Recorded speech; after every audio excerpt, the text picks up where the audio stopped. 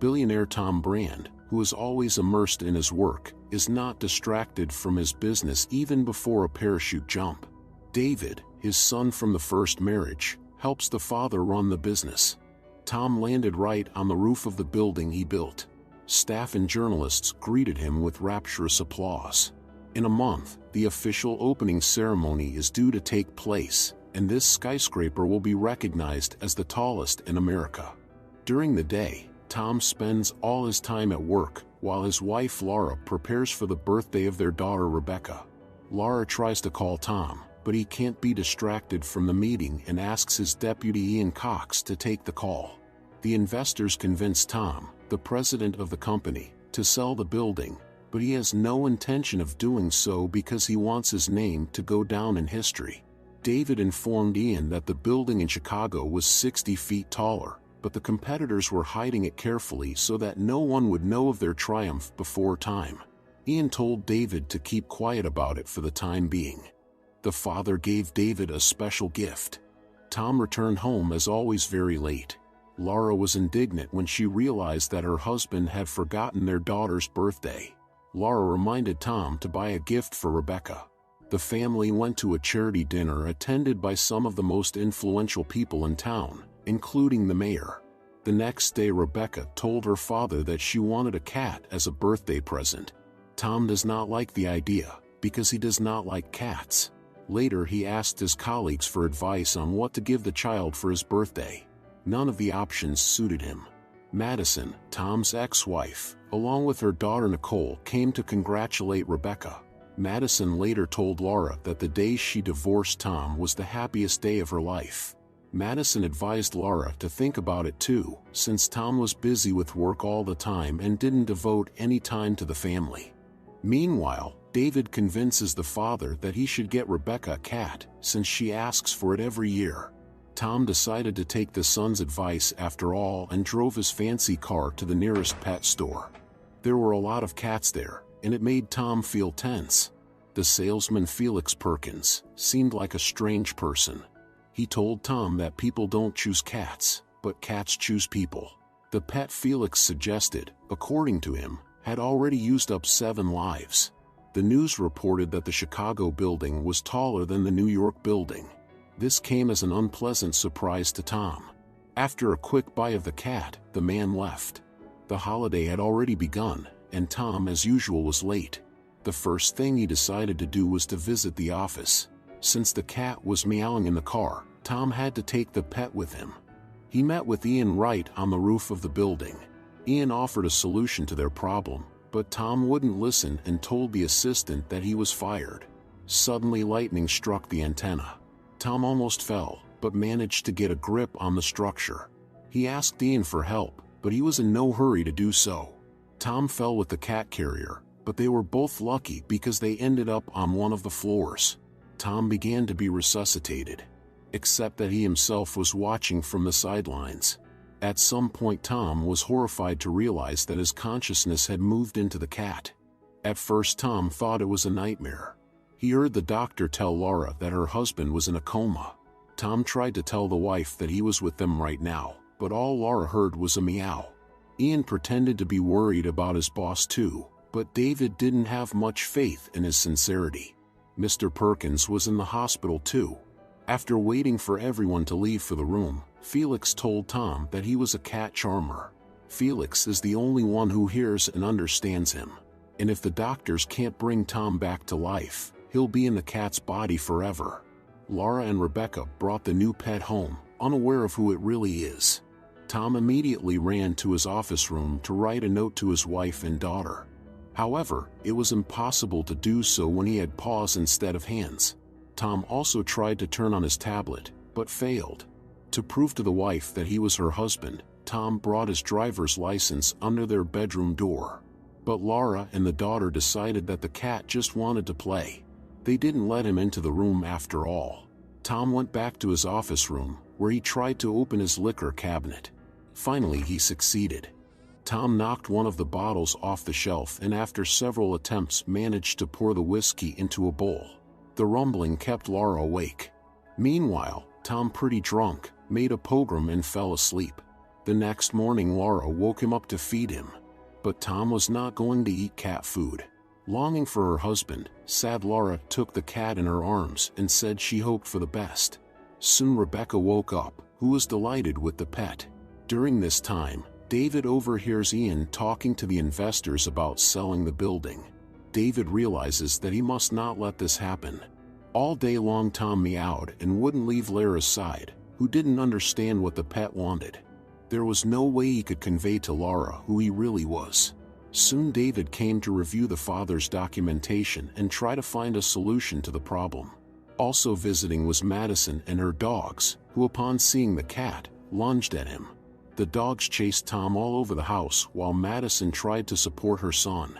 Eventually Tom got help from Rebecca, who made Nicole get the dogs out of here. After hearing his ex-wife tell Laura to get over her loss and move on with her life, Tom decided to use her purse instead of her toilet. Seeing this, Madison became enraged, but Tom managed to get away from her. His inscription on the floor of the tangle threads went unnoticed. The next morning, Laura saw that the cat had torn up the newspapers and was sitting on a clipping advertising Felix Perkins' pet store. David visited his father in the hospital and said he had figured out how they could beat Chicago. However, it will be difficult for David to do it alone. The guy was surprised to see Ian here. He only said he was worried about his boss, and hinted that the company was waiting for change. David presented his ideas to the investors, but not everyone was prepared to spend huge sums of money to build a few more floors. Laura invited Felix into the house, hoping he could help the cat. Felix asked Laura and Rebecca to leave him alone with the cat. The woman was surprised, but complied with the request. From the outside it looked as if the man was really talking to the cat. Felix advised Tom to behave himself and get used to his new life, for it was possible that he might remain the cat forever. Tom was absolutely unhappy with that, but Felix reminded him that his family needed love and support now more than ever. Tom had no choice but to accept his cat life. It was very difficult for him to eat cat's food, but he got over himself. Tom also played with Rebecca and obediently tolerated when she bathed him and dressed him up in bows. In addition, he had to go to the toilet in the cat tray. Tom became alarmed when his wife received a phone call from one Josh. He had stolen the car keys from Lara's bag. She chased him all over the house, emotionally saying that the cat reminded her of her husband. They were both stubborn and selfish. Tom had no choice but to drop the keys. However, Laura had no idea that the cat had followed her and sneaked into her car. David was shocked when he found out that Ian was selling the company. But he didn't seem to have any remorse at all. Laura came to Josh, who turned out to be a real estate agent. That's how Tom found out that his wife wanted to buy a house and leave him, but now she realized she needed him. Laura was worried when she received a call from Dr. Cole, who was treating Tom. Later, barely holding back tears, she told the daughter that her father was still asleep. The doctors don't know if he will ever wake up. In the evening, Rebecca watched videos from the family archives and cried. Tom decided to cheer her up, and he succeeded. When Laura saw this, she smiled sincerely. Tom regrets that he has been a bad father to his daughter. Soon Rebecca is visited by the arrogant Nicole, who acts very nasty. Noticing that Nicole was making an offensive post about Rebecca on social media, Tom knocked the smartphone out of her hands. Rebecca realized that Nicole had sent out the post to half the class and threw her phone down the toilet, saying that they were not friends. Laura and Rebecca increasingly notice that their cat is acting like a human. They are very homesick for Tom and do not know how to cope with their grief. Laura visits her husband again at the hospital. The official opening ceremony of his building is coming up, but Laura is not going to go there without him. Later, David gave his stepmother the bad news, telling her that Ian had put the building up for sale. David didn't intend to leave it like that and took the rest of the documents from the father's office room, unaware that the cat had broken into the box. Once in his office, Tom eavesdropped on a conversation between Ian and the investor who intended to withhold a document from David stating that in case of contingency, Tom would give the vote to him. Ian tossed the document into the shredder. After waiting for everyone to leave, Tom tried to get it out, but it was problematic to do so with his paws. Then Tom toppled the layout of the building. The sounds attracted the attention of David, who saw scraps of the document on the floor. He immediately called the mother, who kept some of his father's documents, including the company charter. In the meantime, Ian convinces the doctor to tell Tom's family that there is no chance of his recovery. Tom, meanwhile, had returned home. He really wanted to ask his wife's forgiveness for everything. The next day Ian came to their house, saying that Tom would not be able to recover. Rebecca heard this. Ian continued to insist on his point, when suddenly the cat attacked him. Laura let Ian know that she had no intention of taking her husband off life support. The woman was unaware that the daughter, who was going to school, had taken the cat with her. Arriving at the office, Ian was shocked to learn that David had called an unscheduled meeting without his knowledge. While Rebecca was reading about reincarnation of cats on the way to school, Ian told David that he was nobody here now. Rebecca went to Mr. Perkins and told him that she thought the cat was her daddy.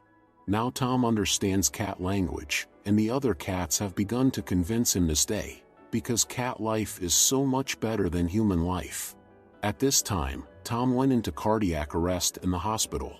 Shortly thereafter, Laura received a call. David was thrown out of the office with his belongings. Felix warned the girl that her father's time was running out. The whole family gathered at Tom's bedside. The doctor gave them the bad news. Although Tom was resuscitated, he had no brain activity. Rebecca, who had brought the cat into the hospital room, tried to convince the mother that the pet was the father. Laura thought the daughter was having a nervous breakdown. When everyone left, David told his unconscious father that he had lost their company and couldn't live with it. He intends to make the first and last jump off that building. Taking a pass from the father's jacket, David went to the roof while the doctor persuaded Laura to sign a consent to take her husband off life support. Tom could not prevent this, continuing to run after the son.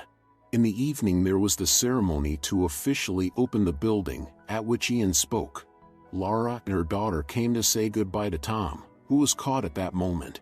The man wanted to throw the cat in the trash, but Felix rescued the poor animal. He let Tom into ventilation to enter the building. Thanks to him, the guards saw David on the rooftop surveillance cameras. The guards tried to stop him, but he jumped, the backpack given by his father on his back. Tom followed him. It turned out that the father's gift was a parachute. The cat fell, at which point Tom woke up. David landed outside the building to great applause. Soon he received a call from Laura, crying with happiness, saying that his father was awake. Ian was walking down the street at that moment and was very angry. Felix called out to him, but he didn't stop and was hit by a car, waking up as a cat. Soon the recovered Tom and his daughter came to Mr. Perkins' store to choose a pet. Felix offered them the same cat that had used up 8 lives and really wants to live the last one